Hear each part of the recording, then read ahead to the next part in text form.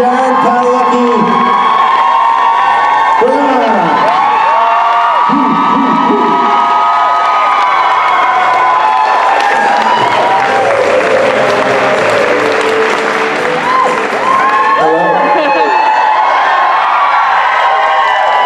What's up, guys? Gals? Happy Sunday. It's a cool room. Yeah. I like it. I feel like giving a lecture. I'll go sit. Catwalk. It is a catwalk. Let me do my stretching first. I woke up, a lot of y'all know this. Cliff and I spent the last week essentially in Poland. Got back.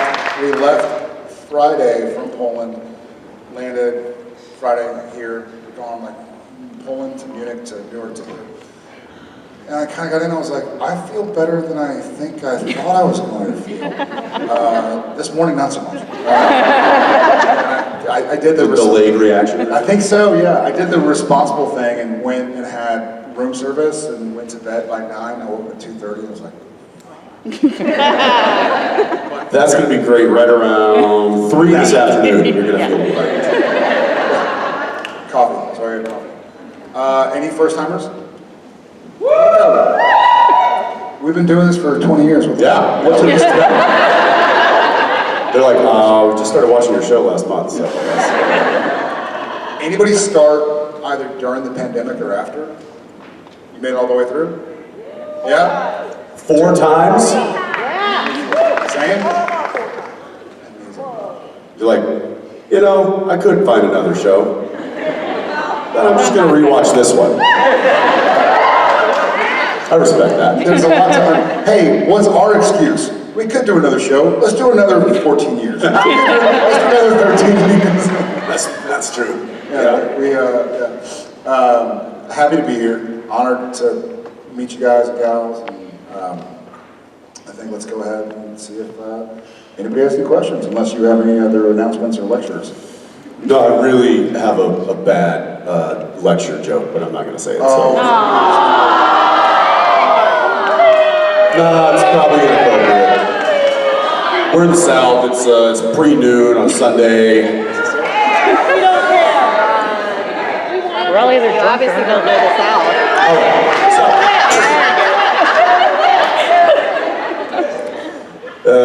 This sex education professor comes into his lecture hall. This early, Jensen? I told you!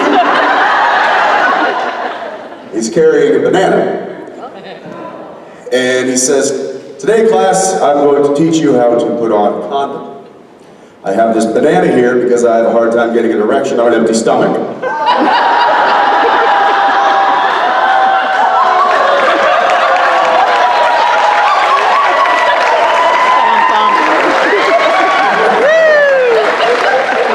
That one hits the layers. I thought, so I just made up. Oh, God. I'm gonna try it out. Did you hear about the serial killer professor? He always gave a Hannibal lecture.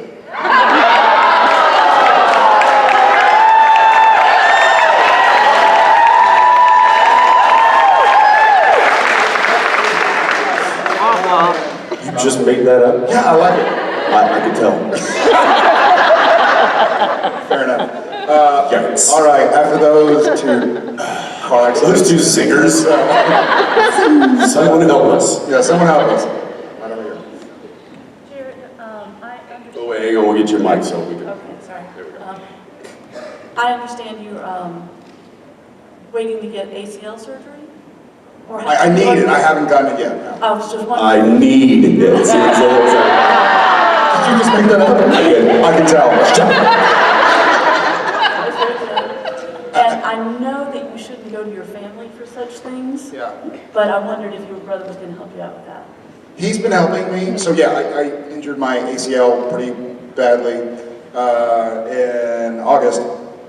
And I do need surgery. Well done, actually. Thank you. But it's like a 4 to 6 month recovery.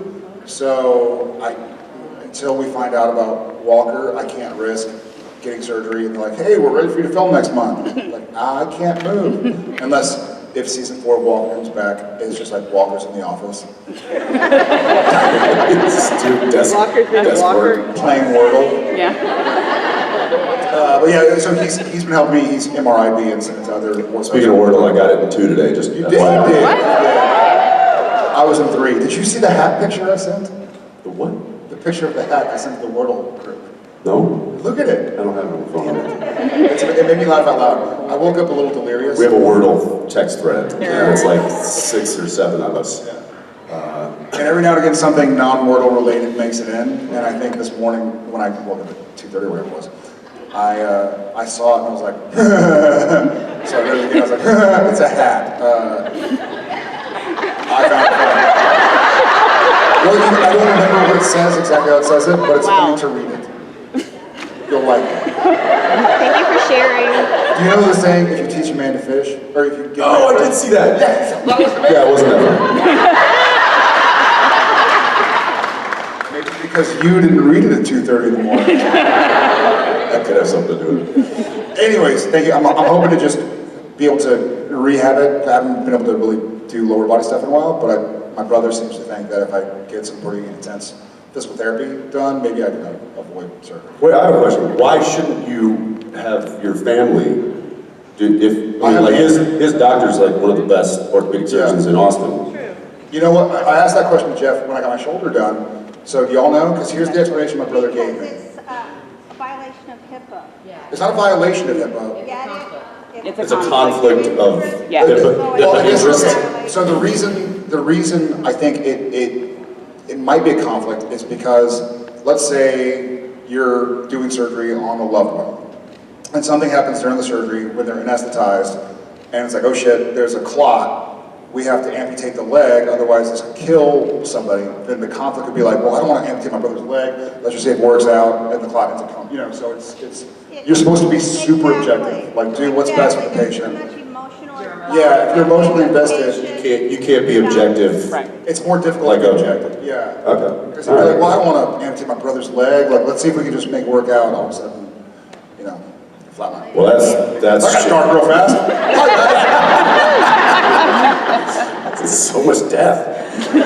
So the sex ed professor walks into his class. I just realized I only know 25 letters of the alphabet. I just don't know why. No.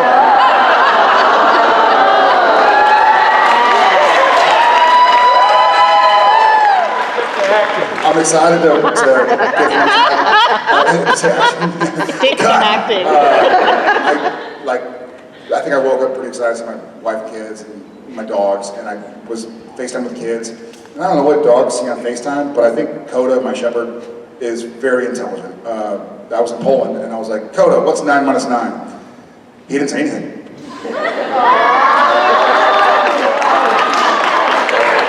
He said nothing.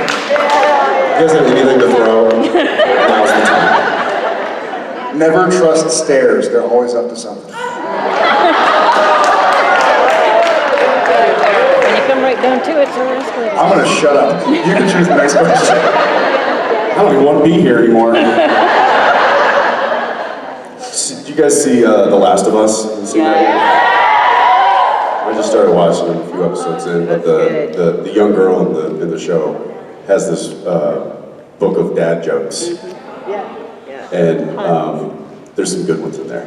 Yeah. And I thought of him when she's like spouting out a dad joke and it cuts to like Pedro Pascal. He's like, God, it's so stupid. And I was just like, oh, I feel you, brother. I feel you. Yeah, what was one that got me was did you hear diarrhea is hereditary? It runs in your genes. Did you hear, going back to your earlier joke, did you hear... Right? It's like, oh, it hurts. Did you hear that? It hurts. Speaking of his professor friend, sex is hereditary. If your parents didn't have it, you probably won't either.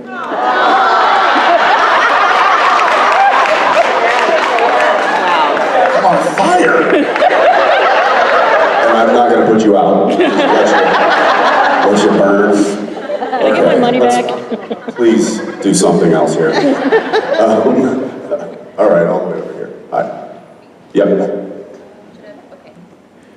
The mic is coming. Please don't tell us a joke. Hi, good morning. I know that, Jensen, you took one of the replicas of Baby home, but did you guys steal anything from the set that that you can actually tell me? Do you work for Warner I Brothers? do not. I do No, not. no, we didn't take anything. Yeah. Were you gifted anything? Is that a better? Something may have found its way into my suitcase. That's what you mean. Yeah. Where did this come from?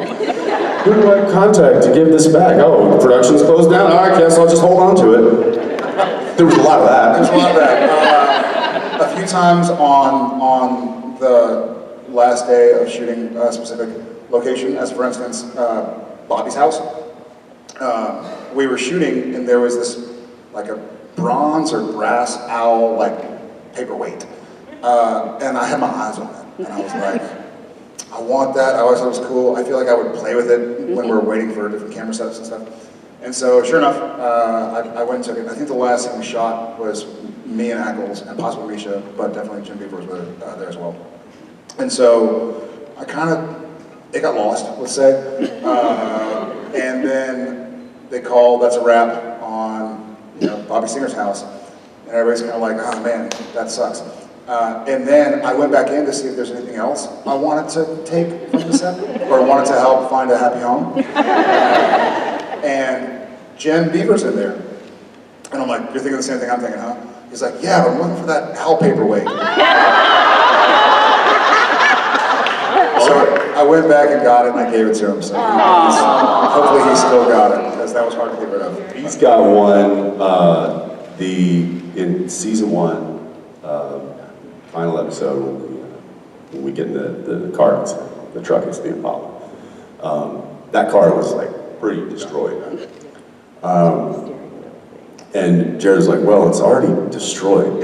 And Sam was driving, so Yeah. we're waiting for the camera to get set up. The steering wheel, there's a cap in the center of the steering wheel that's it's like an Impala, and he just went.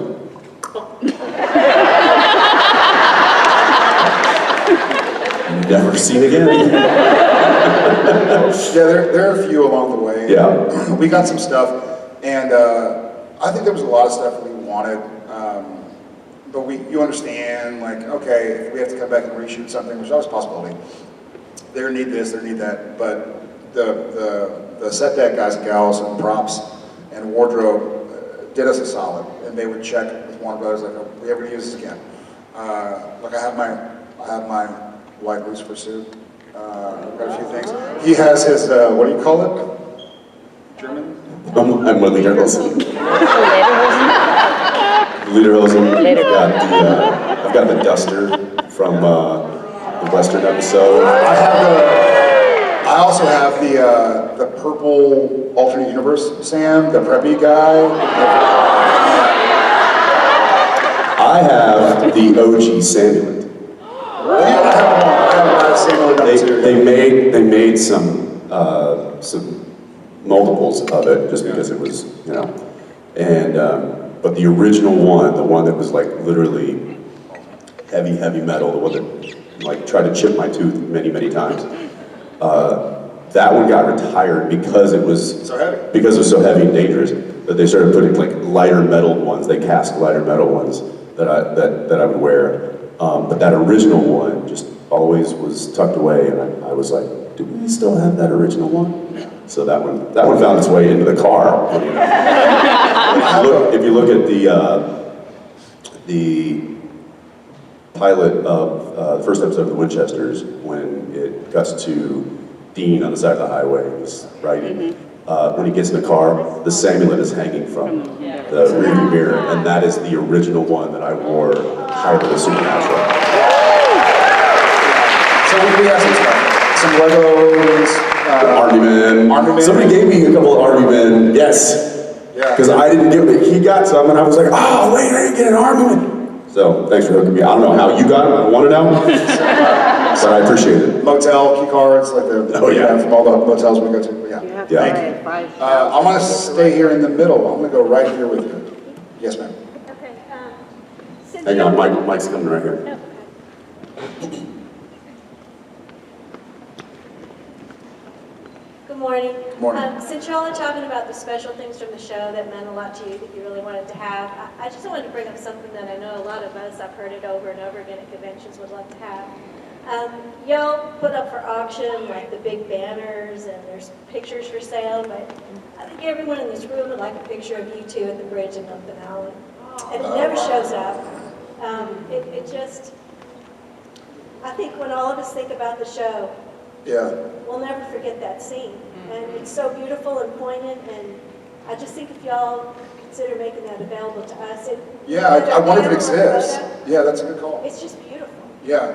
I'm sure you just take like most of the year, just take a screen cap of it Yep. and print it up. We do have some though, because there were people going around, like me and Bob, or me and you, and me and Paula. Yeah. Interesting story about that particular scene, and it's interesting that image is so I guess poignant or you know it means a lot. That wasn't even supposed to happen. That was an alternate ending that happened to the show. The series was supposed to end much differently, but because COVID hit, we ended up not being able to shoot the original intended ending, and we had to shoot the bridge scene instead. So I'm glad that the audible worked so well. Yeah. But yeah, hear that creation? We gotta do that. We gotta print that image up. It's Bridget. Yeah. All right, Bridget. thank you. Let's go also right here in the front row.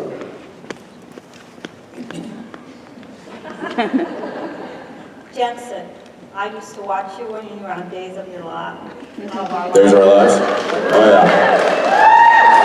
We came to the New Orleans convention 2 years ago, and it had been originally scheduled at the time when Marlena was possessed again, and all I could She got think, possessed again? all I could think of is having Dean Winchester show up to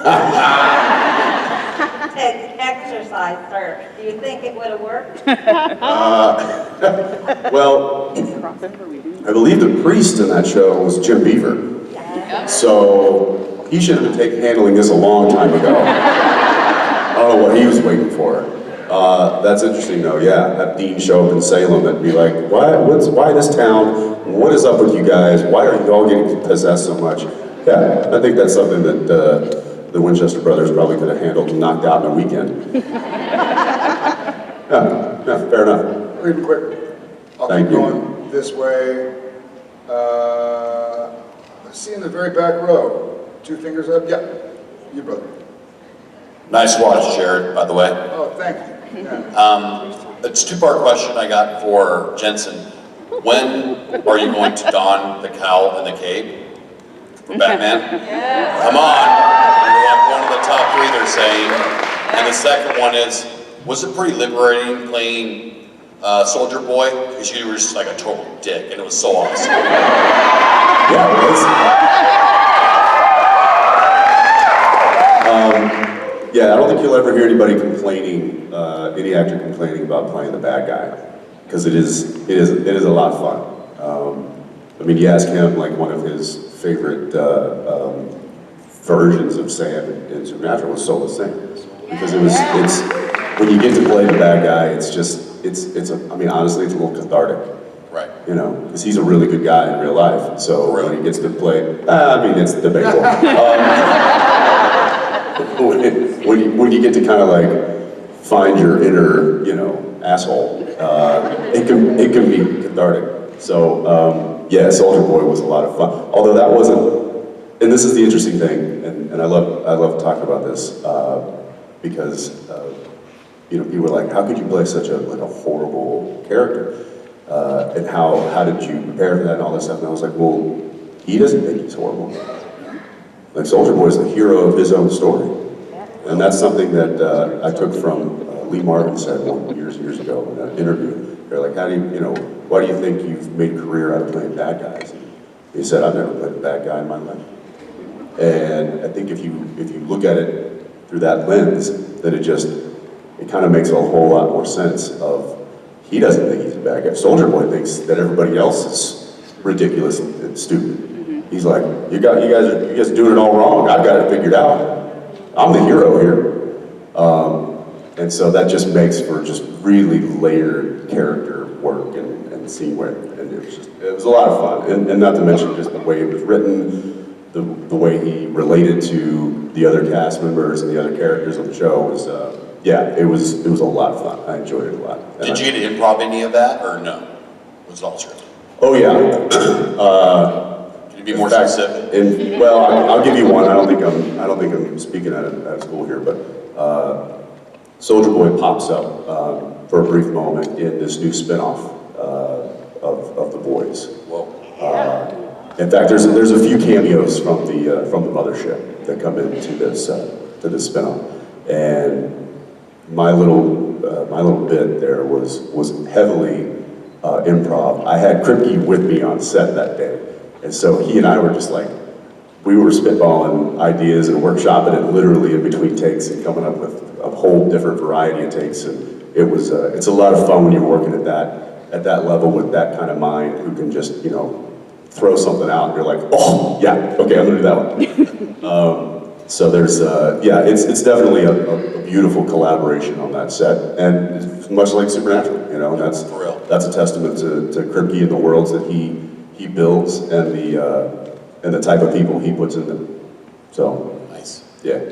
I gotta say, The Batman thing? No. So I don't know, man. Listen, if I get the phone call and they say, hey, you're in, then I'm in.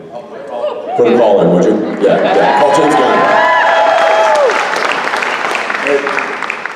knowing The Boys, when you said, thinking about your earlier joke, when you said Soldier Boy pops up, I was like, not going there.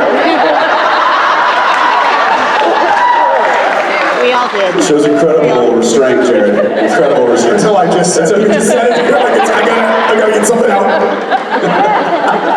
So stupid. All right, back with the plaid shirt. Yep. That narrows it down. Yeah, I know. Well, thanks for narrowing it down.